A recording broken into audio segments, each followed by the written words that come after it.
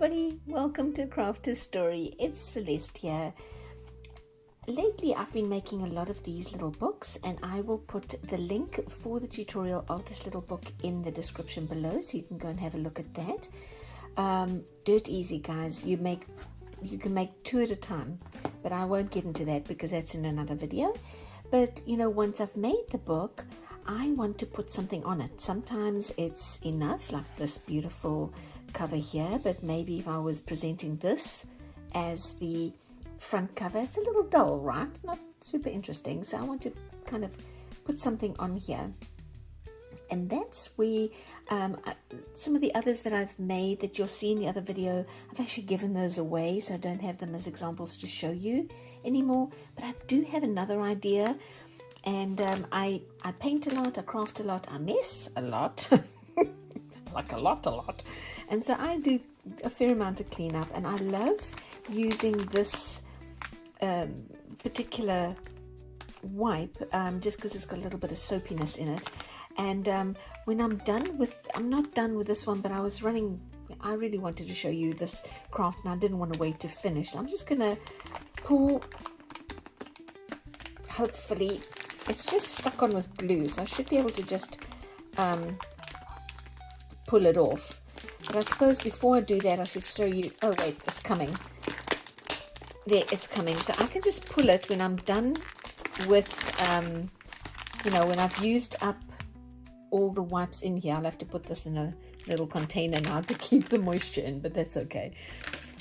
You come up with this little secret door. And I was walking to my mailbox the other day, and somebody had put out all these little fairy chairs and houses and things, and it just caught my eye and it made me think of this. And so what I've done is I've got 2 more little books here, and let me show you this one first. And I've decorated it with a little secret door, my little fairy secret door. So with this one I spray painted it, and then I put these little gems on and a little embellishment, and then I just use the well, this is B700, but you could use the E600 as well, and just put the glue, oh, it's still sticky, put the glue on the back there and stick it down. But before you do that, let me first show you what this looks like. Before you do that, you can put something onto the back here, like I've done with this here. I've put some old music paper down, and I tried to capture a little sentence, not exactly grammatically correct, but it's I dream on the summer. So there's like a little secret message in here. So that is a little piece of paper that you can stick onto the back prior to sticking this little door onto your book. And then on the inside over here, I put some just lined paper from my one of those college rule books that you get at any store really. I took this and pasted a piece in there. Now I'll show you how to get the exact size, because that kind of tripped me up a little bit in the beginning.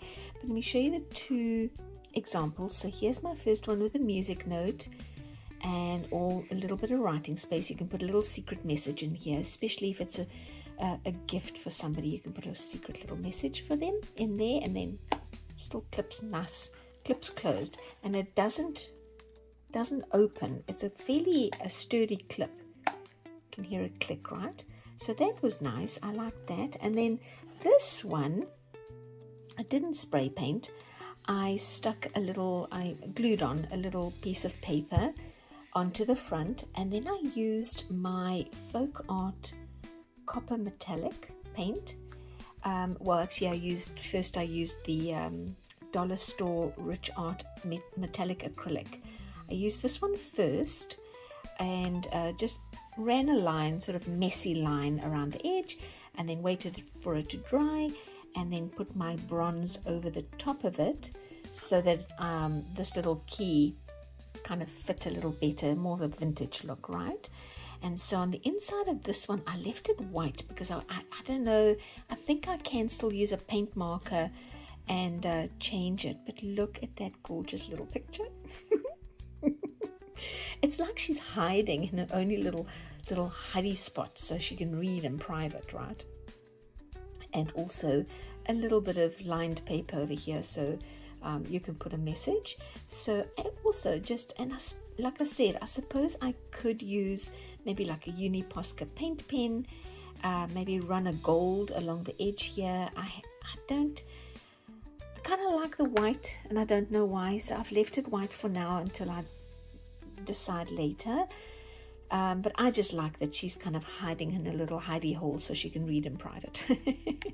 And that's the key to her secret door. It's a really cute little idea.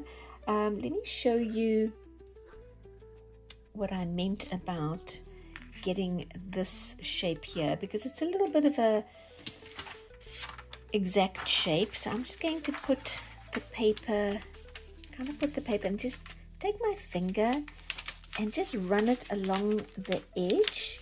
And because the paper is so thin and excuse me, paper is quite thin, and there's a fairly sharp edge to this inside little bit, you get the stencil of sorts, right? Do you see that? And now all you have to do is cut that out, and I just used a glue stick to put it in there. Where's my scissors? Sorry, I knocked the tripod. But yeah, so you would basically just cut this out and line it up. You could even maybe sort of run your fingernail along the edge to really get the line that you need to cut it out.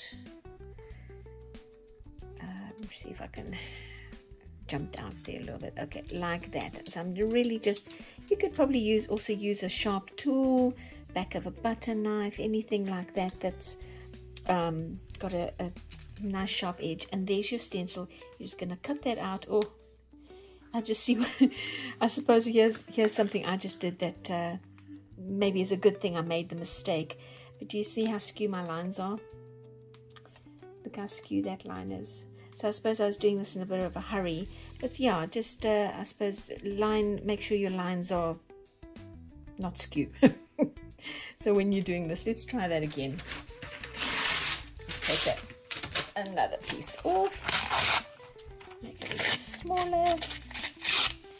Alright, let me see if I can be a little less hasty and get my lines a little more straight. Maybe I can line it up. There's a little dot there. Line it up with a dot. And there we go. Okay, and now let's see. Oh, much better. Okay. More haste, less speed. Is what my granny used to say. More haste, less speed. And what she meant was you make mistakes when you try and hurry. And she was so right. She's still right. Okay, so much better. Okay, there my lines are a little straighter, quite a bit straighter compared to my goof up on that one. So yeah, just you cut that out, take a nice glue stick, one of the ones with a little better bond, and glue it in there.